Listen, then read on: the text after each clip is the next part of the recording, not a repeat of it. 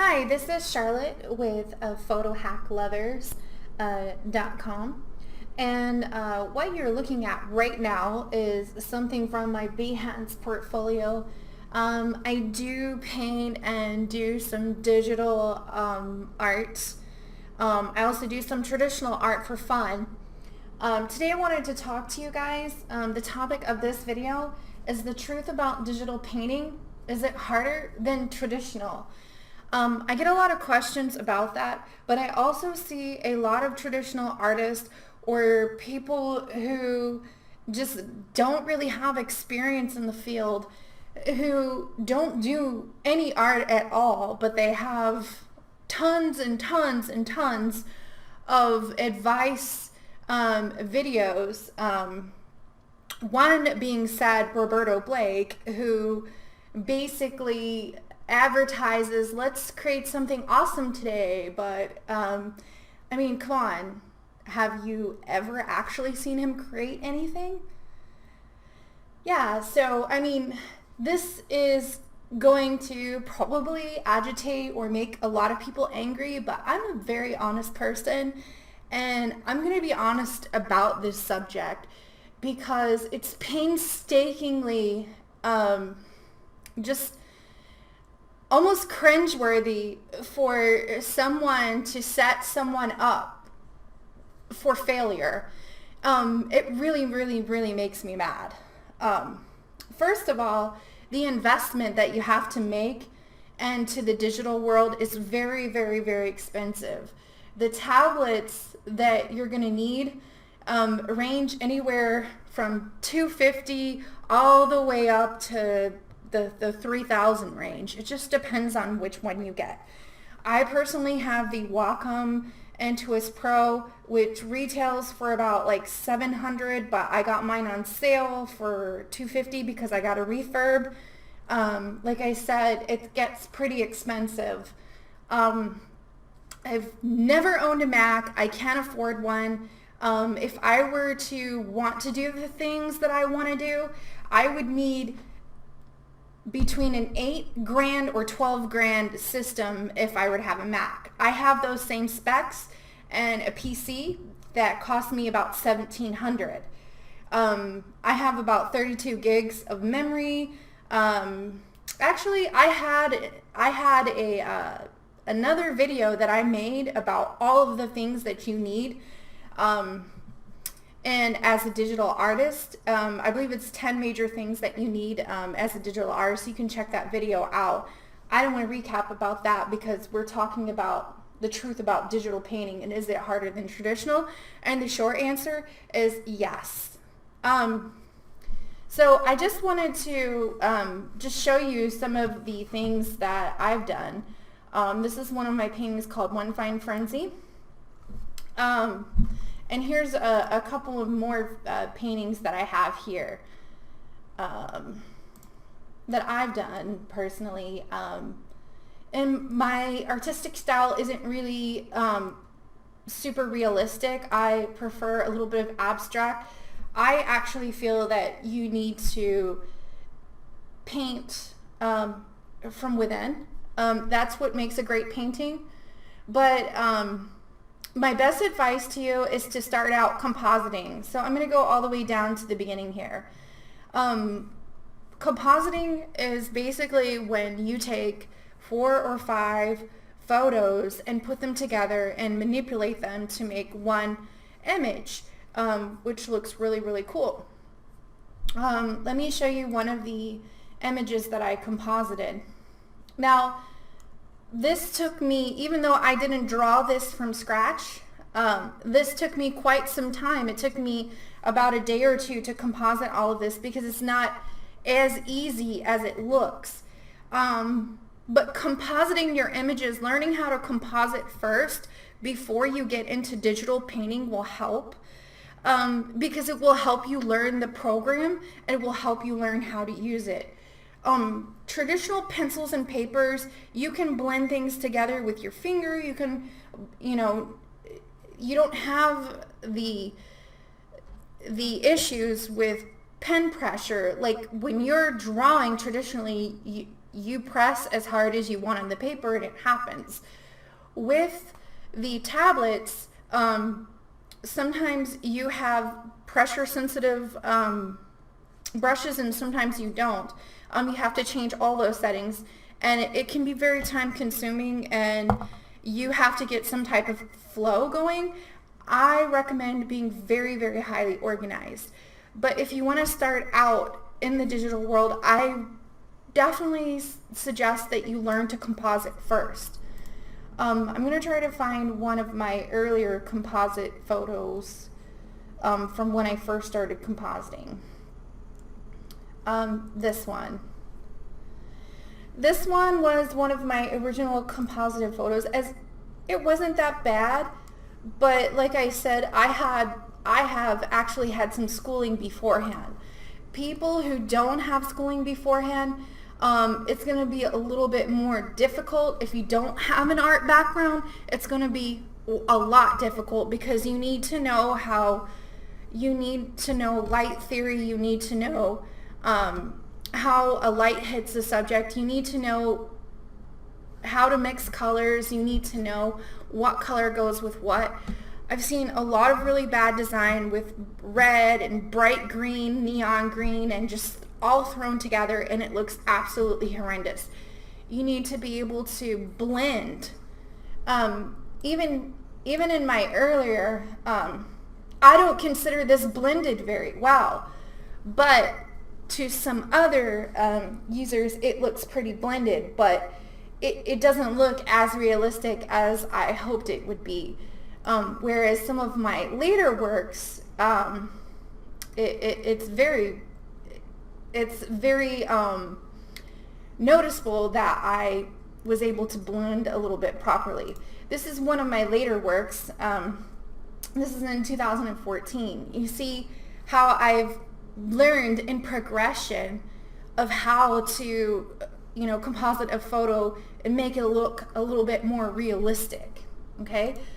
Then I worked myself up into drawing over the paintings.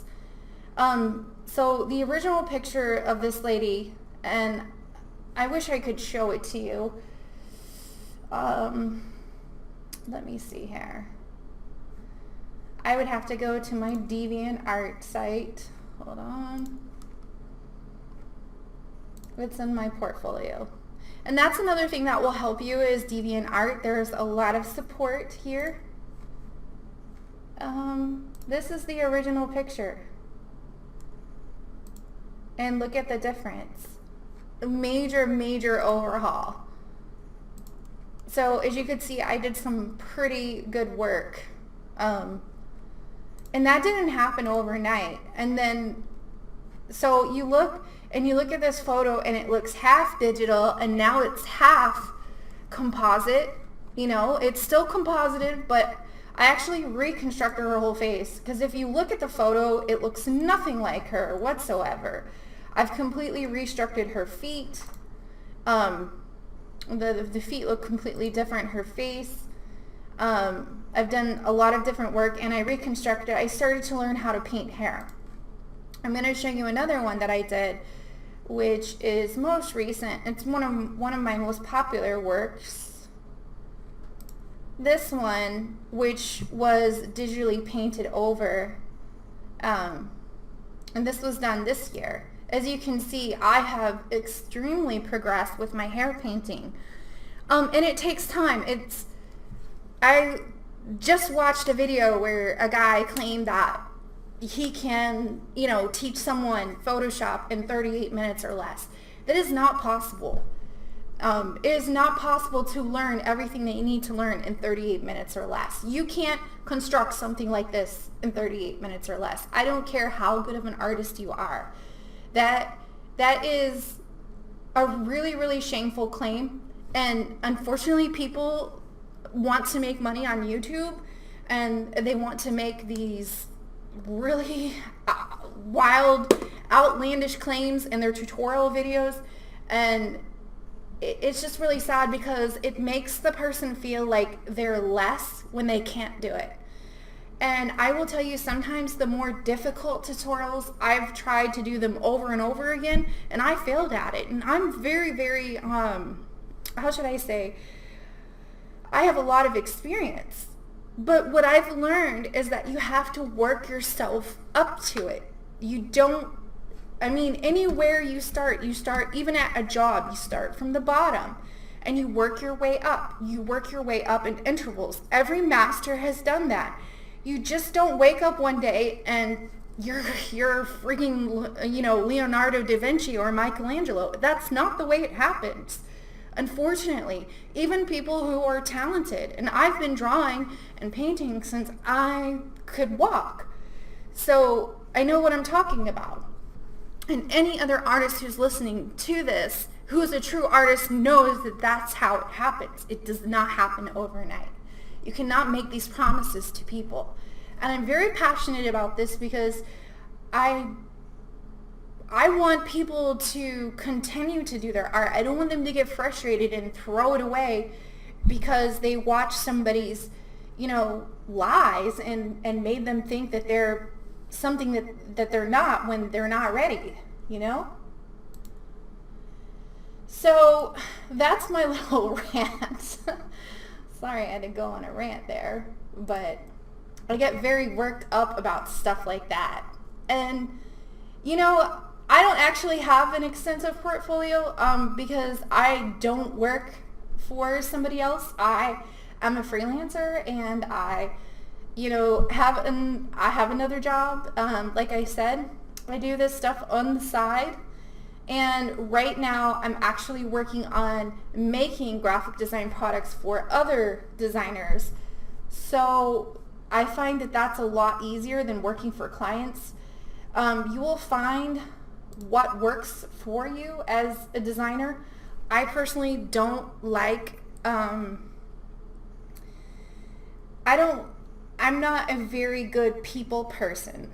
So I struggle with clients who don't pay me, all of the issues where they want changes after changes and after changes. So now, because of the online world, we have the ability to sell your art online. And so I found that I like to do that better than working directly with clients. Because and also because there's a lot of crowdsourcing going on, you will find it's much easier just to make your own designs and just sell them. So this is a CD cover that I did. As you can see, this is painted, composited at the same time with a little bit of typography and there, a little bit of graphic design. I originally started out as a graphic designer and then I went into compositing. Okay, so getting on to, I've been starting to do painting. So this is another one of my composite / painting.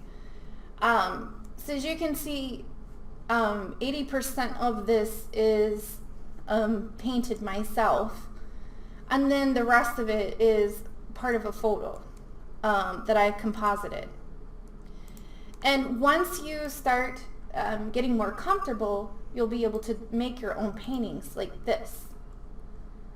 And you'll be able to draw them out and, express yourself, digitally. But you have to work your way up to it. It just doesn't happen overnight. This is one of my favorite pieces. So my concept on this painting was, how people use the expression crying on the inside? Well, this is titled If Dreams Could Cry. So it's kind of like representing that, where you're crying on the inside, you want to, express yourself, you want your dreams to happen, but they're not currently happening right now. So there's a little feather, which represents flight, and you're kind of like trapped in your little bubble, and you are not doing all of the expressive things that you should. A lot of artists tend to work in a box within rules. And what I've learned is that there are no rules. going to design school, it actually hindered my progression of art rather than make it go forward, because when I went to college, they introduced all of these rules. Well, you can't do this way. You can't do that way. And I had a very odd way of doing things. Like, for example, everybody wanted to name their portfolio after their first and last name. Well, I felt that if I named it something different, I would, stand out and I would be different. So I wanted to name mine 99 Graphic Designs, things like that. I didn't really fit in with the whole digital college world because I was always an outside of the box person. And when I went to college, that all changed. It kind of ruined me. But then again, I don't think that I could have learned all of these programs on my own, because when I first started out, there were not computers. Computers were just introduced. I'm actually 37 years old. So I had always worked in the traditional media. So I know what I'm talking about when I say that traditional is much easier than digital. So you have to learn the computer, you have to learn how to type. When I tell you that I didn't even know how to load a font, people in the college were just like so angry and upset with me because I didn't know how to load a font. And mind you, when I was going to college, all of these younger people, they had been using the computer for years. I mean, in that moment, like when I first became a young adult, you didn't own a computer unless you were really rich. So, I mean, it was very difficult, and it's still difficult to this day. And they even teach the kids Photoshop in middle school and high school, and they still struggle with it. And I think what it takes a person in the field, in the industry, to help them out. And even when you go to college, and I'm going to be completely honest with you, you only learn the basics. They don't teach you the stuff that I'm doing right now. They do not teach you in college. Not even all the way up to the master's degree. They do not. In a master's degree, they teach you bullshit theory, and it's mostly about business stuff and marketing more than it is the art. When you learn your associates, you learn the basics of the program, and the bachelor's, they sprinkle on a little bit more, but you don't really know the full-fledged of Photoshop unless you yourself dive in there and you decide to learn. You have to have passion, you have to have desire, you have to be on your Photoshop every single freaking day. I'm on my Photoshop every single freaking day. Every single day I'm in Photoshop. There isn't a day that doesn't go by that I'm not in Photoshop. And I still haven't learned every single thing that there is to learn in Photoshop. Every single day I learn something new. Every single day I watch tutorials. Now, Illustrator is so much more difficult than Photoshop, I personally think. It's very precise. There leaves no room for error.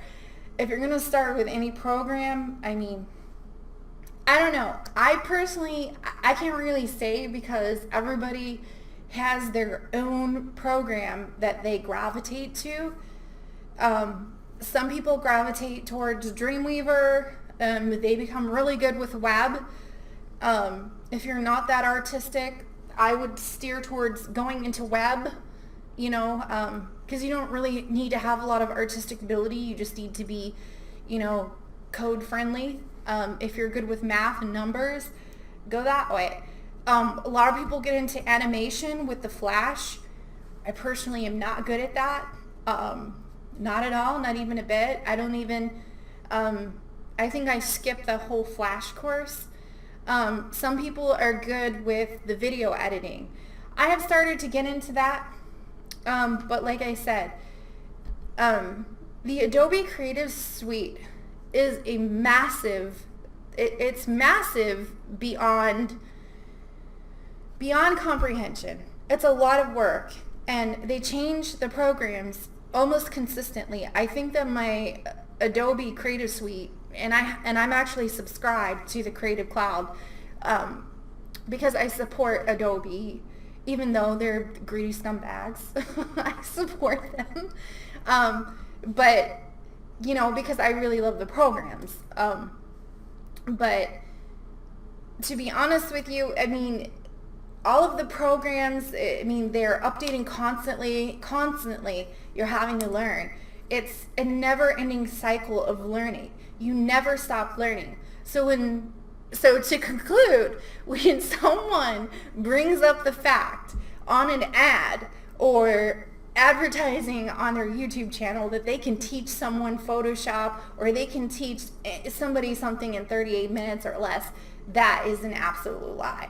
I don't even think that you could go over the tools in Photoshop in 38 minutes or less, because I've tried to sit there and make a tutorial on the tools, and I think I was up to 2 hours for just like the first 5. So I'm actually going to go back and do the tools like one by one to make the video shorter. But I'm serious, like it's a lot of work, and I don't like to set people up for failure. And just take it day by day. Learn something new every day. I do not advise taking advice from people that you've never seen them design anything before, because they're just talking to talk. You know, you can Google something and talk about it for days. That doesn't make you an expert in your field. An expert in your field is somebody who's worked in the field and who has actual results of what they have done. If you're a traditional painter and you've never really touched, you know, Photoshop before, or you're just a beginner, you shouldn't be on YouTube telling people that they can make it in Photoshop in 38 minutes or less. That's a bold-faced lie, and I don't condone that. So this is what this video is about. Then another question I had is, digital art, is it really art? Is it cheating? No, it's not. It's absolutely not. Digital art can be sold just like traditional art. I think I have never sold anything from my traditional art, and I sell a lot of stuff from my digital art all the time. I think people like it because it can be printed off the web, and it can be reused or repurposed. The difference between traditional art and digital art, I would say traditional art is something that can't be replicated. So that's why traditional art usually sells for a lot more, because there's only one painting of that art. And so that's the only thing that I find that's different, other than the textures. But now, since the advances in technology, you can actually get some pretty realistic textures in Photoshop. Most of those brushes and different things you can buy, like you see these, do you see these textures in the background? And the little watercolor paintings, those are actual brushes and they're texturized. So you can actually purchase, I find that most of the brushes that are free, they're poor quality. So you want to invest in some high quality brushes. I do spend quite a bit of money on brushes in Photoshop. And I also create them. And so it's painstakingly hard to sit there and create patterns. You can create brushes for sale in Photoshop, and you can resell them. And unlike traditional Whereas if you have some paintbrushes and you sell them, you can only sell them one time because you only have one physical product. But with the digital world, you can resell your Photoshop brushes over and over and over again. So you can essentially make money in your sleep. So there are some advantages and some disadvantages to digital versus traditional. I personally like digital better because I never run out of paint. Paint is expensive, the good kind. With traditional art is very messy. You have to have a large enough space to work, and you have to buy canvas, which is also expensive. But like I said, if you're working in the canvas and you make one art, that painting will probably sell a lot more because there's only one. Whereas in the digital world, you can sell the same painting over and over again, which it loses its value because the whole reason why Michelangelo or, Leonardo da Vinci or Pablo Picasso, the reason why they're famous is because their paintings, there's only one of a kind. And more so, the reason why their paintings sell so much is because the person died. I know a lot of artists who are traditional artists, and they just make these really weird, scribble splatches like the Pollock. I mean, that's one example. I don't know if you've seen, the Pollock. It's like red and black or whatever. It's like a splatter painting. And I personally don't think that it's that great. But, it's worth millions, but it's one of a kind, so that's why.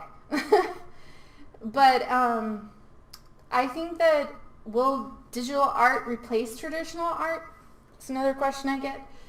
I believe so. I believe that traditional art is really fading out. Remember when people were so stuck on film for photography? And I swore that film photography would last forever. I mean, it would be out forever and ever and ever. And unfortunately, they stopped selling the film. I don't even know if they sell film, currently. I haven't seen any in the stores. And then eventually I bought a digital SLR because I learned photography off of a traditional camera that you had to go in there and you had to do everything the hard way, with the, but that's another video right there. Actually, the digital photography is a lot easier than the traditional. So that is definitely true. But digital versus traditional art is definitely easier than digital. Because you have to learn all these programs and you have to learn how to use all this stuff. You have to get all this expensive equipment. You have to learn that too. You have to know how to use a computer. And using a computer, oh my God. I would say that you would have to be passionate about using a computer, because if you're not passionate about wanting to do something, you're never going to do it. I personally had an obsession and a love for computers, and I'm not going to lie. I broke down and cried. I threw things. It was very difficult. I started out peck typing, and I would look at my peers like in class, and they would be like, shh, and then shh, like typing like crazy, like going faster than, Gonzalez. And I'm like, oh my God, I'm never going to type that fast. And you know how many words a minute I type now? I type almost like 70 words per minute. I kid you not. And it all takes time. It's nothing that happens, right away. It doesn't happen overnight. And I hope that you guys liked this video. I hope that you liked my works of art. And if you want to check out my works of art, you can check me out on behance.net. I am Charlotte Salcedo on there, and you can look at all my works. Do appreciate the follow. If you follow me, I'll follow you back. But if you just want to look, that's fine. Thank you so much for watching this video. You guys have a great day.